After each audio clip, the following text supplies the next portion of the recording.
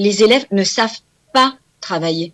On arrive au bac et on leur enseigne ce travail. On leur enseigne le goût du travail, le goût de l'effort. Elle dit un peu d'examen, mais pas trop d'examen parce que les bacs ne servent à rien. Mais si on les laisse dans 3 matières, on crée de facto une hiérarchie entre les disciplines.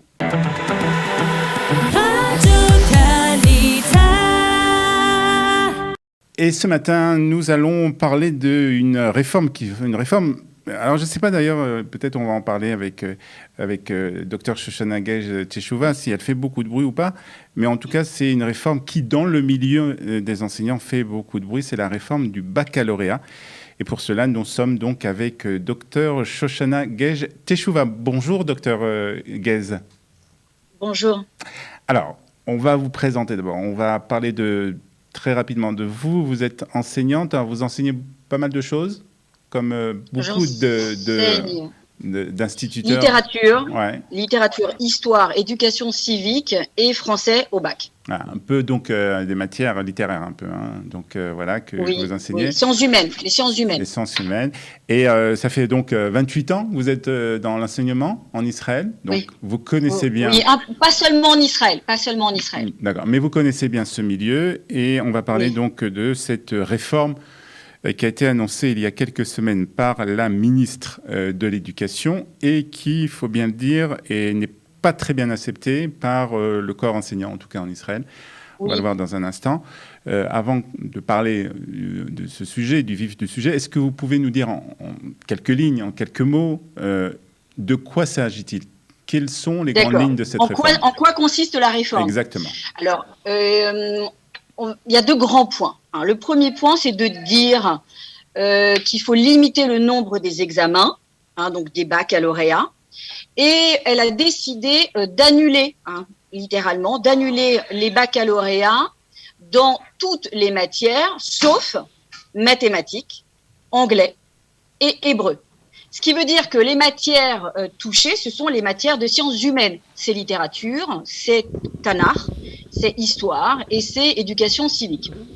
Pour ces matières-là, il n'y aurait plus de bac, il y aurait un travail. Voilà, donc là, le premier point de cette réforme, c'est de dire les élèves ne seraient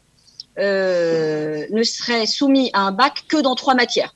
Alors, on va voir quels sont. Je suppose. Premier point. Et le deuxième point, c'est vraiment important parce que quand on peut éventuellement discuter du bienfait ou du méfait de cette annulation des examens externes, mais il faut quand même savoir qu'il y a une deuxième partie, c'est la partie pratique, dont on ne parle pas, dont personne ne parle, et c'est de dire qu'en fait, ce travail, il porterait sur un point, et il serait ce fameux point, ce fameux chapitre à étudier de manière interdisciplinaire, et c'est-à-dire le même point étudié dans 4 disciplines différentes. Donc, le même point, ce serait étudié par Tanakh, par histoire, par éducation civique, par littérature. Voilà. Pour prendre un exemple, par exemple, si on veut dire un exemple, quand même, bien je ne sais pas si ça existe ou pas, si on veut parler par exemple du féminisme, alors on va étudier, on va décliner, on va parler du féminisme dans la Torah, dans l'histoire de la société, etc.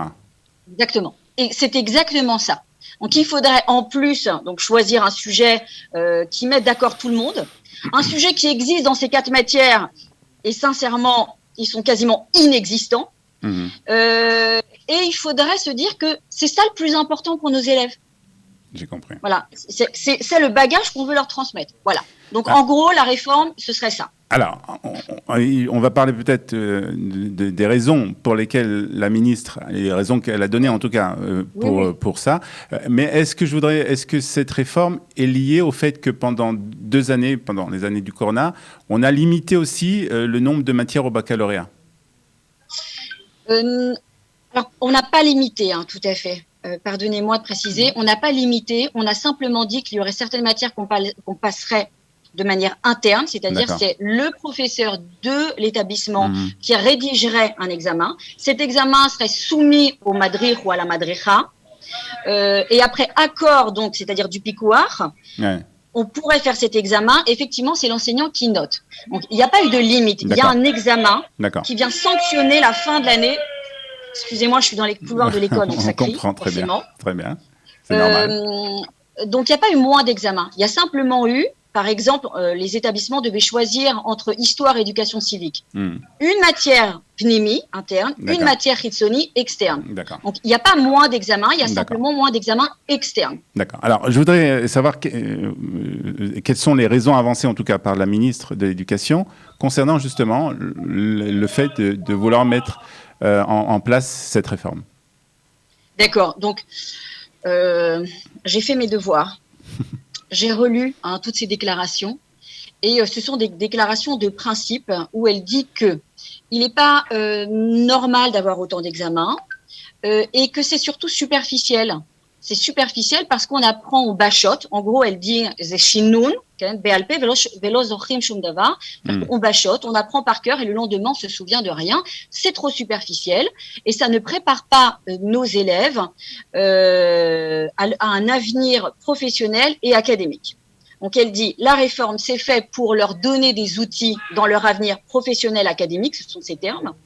Et savoir écrire un devoir, ça va donc les préparer, ce sera moins superficiel. Et elle utilise un terme assez mystérieux, j'ai pas encore tout à fait bien compris ce que ça veut dire. Elle dit yoter mashmaouti, ce sera plus significatif. Ce sera plus significatif pour les enfants. Est-ce que vous arrivez à comprendre ces raisons qu'elle avance? C'est-à-dire, est-ce que il y a une certaine logique? C'est vrai que peut-être aujourd'hui il y a un peu trop de matière pour le baccalauréat et qu'en fait les élèves, que ce soit d'ailleurs en Israël et que dans le reste du monde, et peut-être que ce serait intéressant de voir aussi que dans le reste du monde aussi, il y a des réformes qui sont faites. Je pense que le baccalauréat que nous avons passé il y a une trentaine d'années, enfin pour moi, n'est pas le même. Un peu plus même. N'est pas le même que le baccalauréat qui, aujourd'hui, en tout cas en France. Donc, il y a aujourd'hui des changements qui sont faits.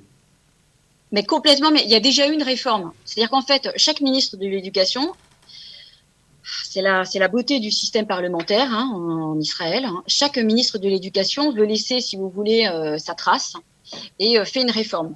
Alors, la précédente réforme, c'était celle de Shai Piron.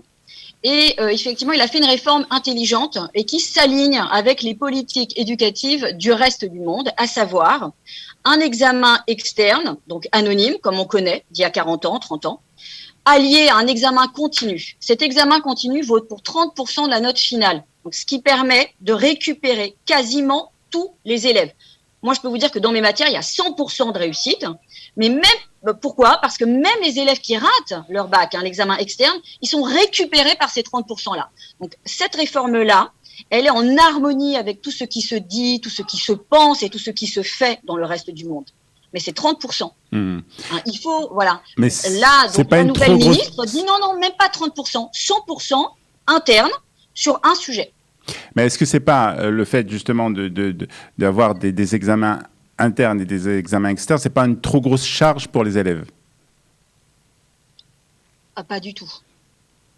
Pas du tout. D'abord, je voudrais vous dire quelque chose qui me tient à cœur.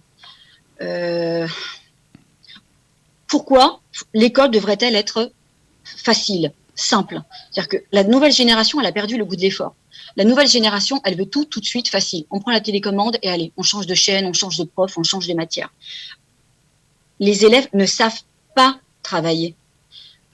On arrive au bac et on leur enseigne ce travail. On leur enseigne le goût du travail, le goût de l'effort.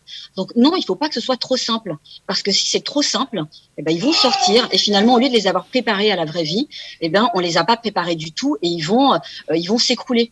Non, un minimum d'effort, un minimum de réflexion et surtout un minimum de sens critique. C'est-à-dire que si on jette un regard sur l'essence de la réforme, comprenez bien, elle dit un peu d'examen, mais pas trop d'examen parce que les bacs ne servent à rien. Voilà. Premièrement, si les bacs ne servent à rien, on les annule dans toutes les matières. On les annule en maths aussi, en anglais et en langue. Et à ce moment-là, je suis d'accord. Mais si on les laisse dans 3 matières, on crée de facto une hiérarchie entre les disciplines.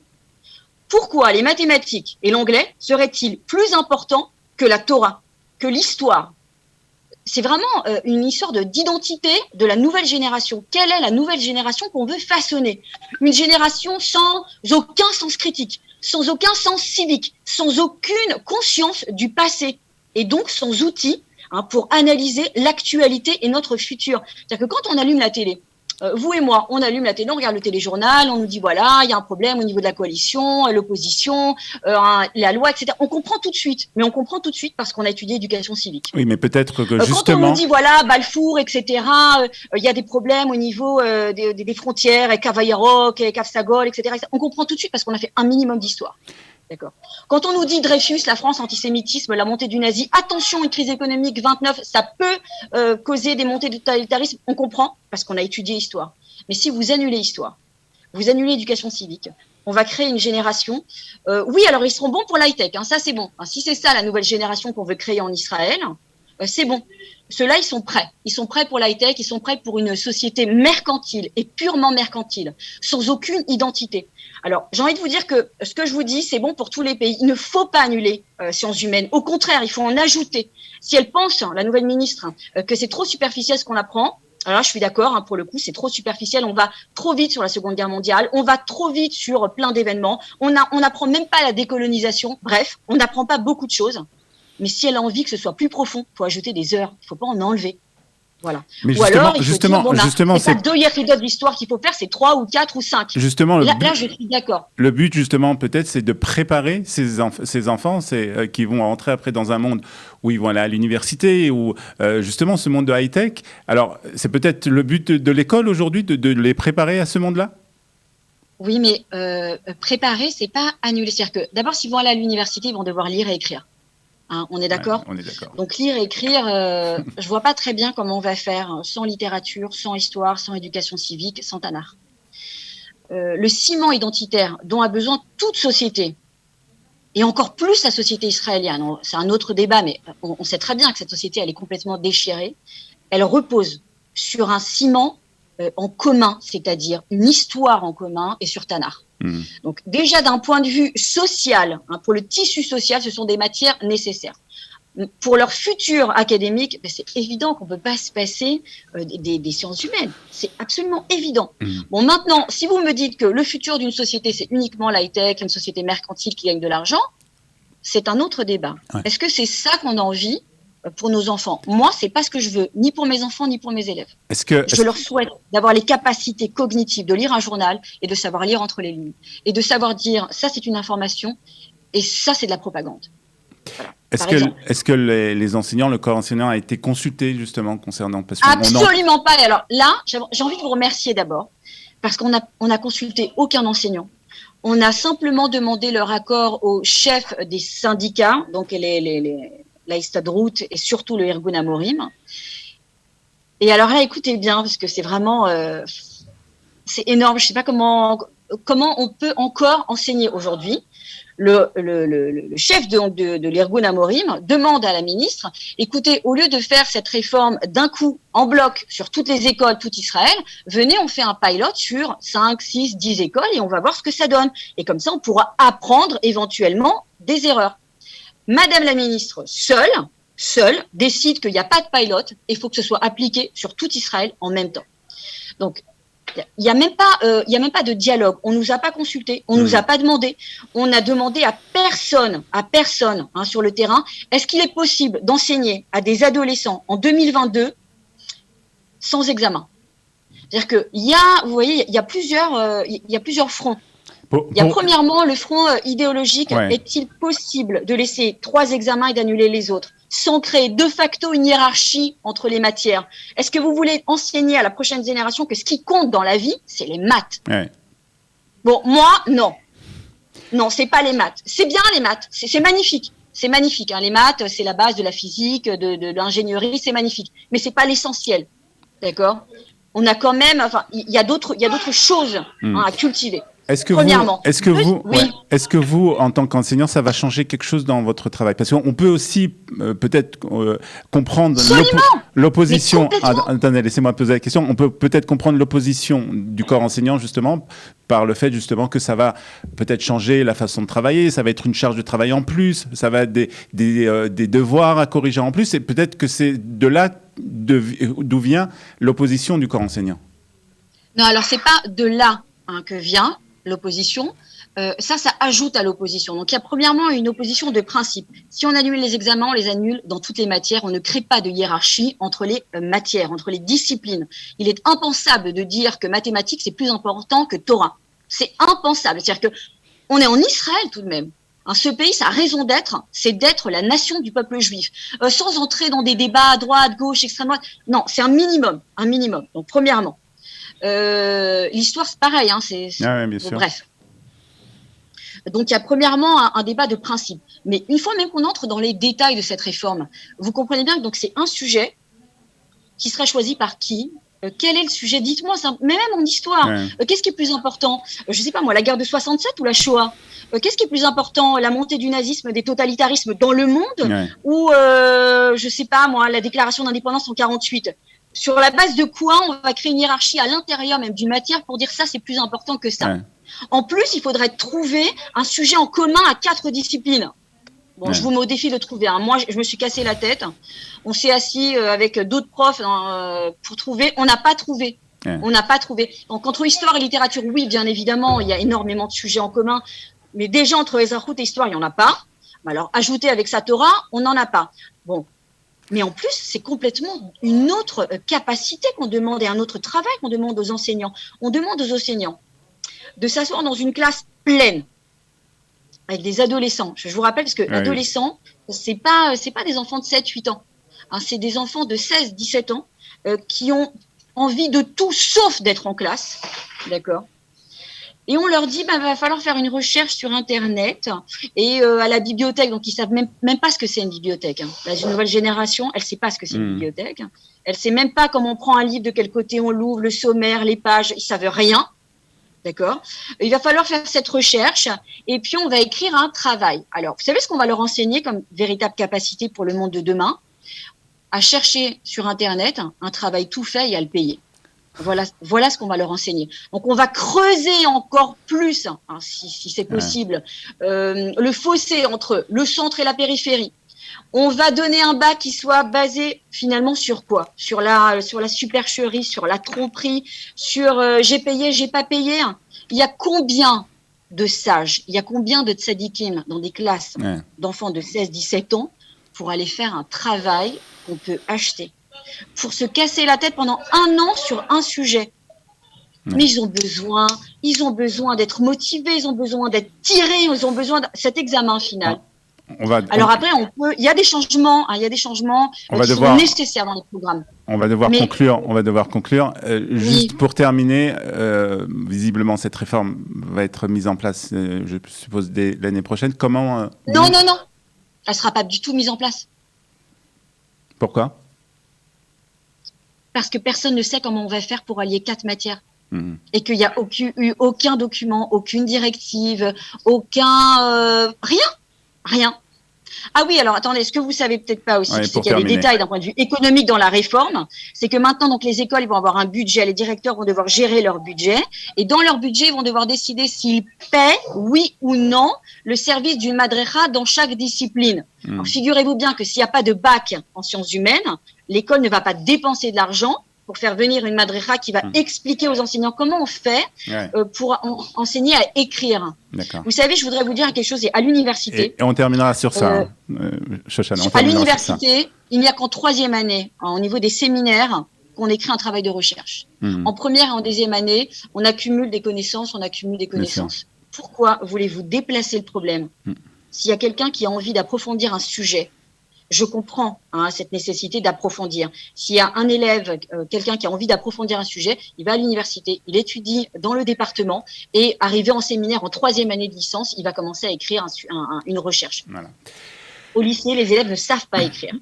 Bon, en tout cas, c'est un sujet très important. Je vous remercie d'avoir évoqué. Je voulais juste dire qu'on a essayé quand même de faire, comme chaque vendredi, un débat. On a eu un peu de mal, je veux dire la vérité, on a eu un peu de mal de trouver quelqu'un qui soutient cette réforme, et surtout, on va dire, dans le domaine des enseignants. Donc voilà, c'est pour ça qu'on vous a donné la parole. Et bien entendu, si on a la possibilité d'avoir quelqu'un qui soutient, qui vient nous expliquer justement la réforme, pourquoi cette réforme, à ses yeux, est une bonne réforme. On sera très heureux, en tout cas, de l'accueillir sur Studio Qualita. On va, en tout cas, vous remercier, Dr Shoshana Gez, d'avoir été ce matin avec nous sur Studio Qualita. Merci. Bonne journée. Shabbat Shalom et Chag Sameach. Shabbat Shalom, Chag Sameach.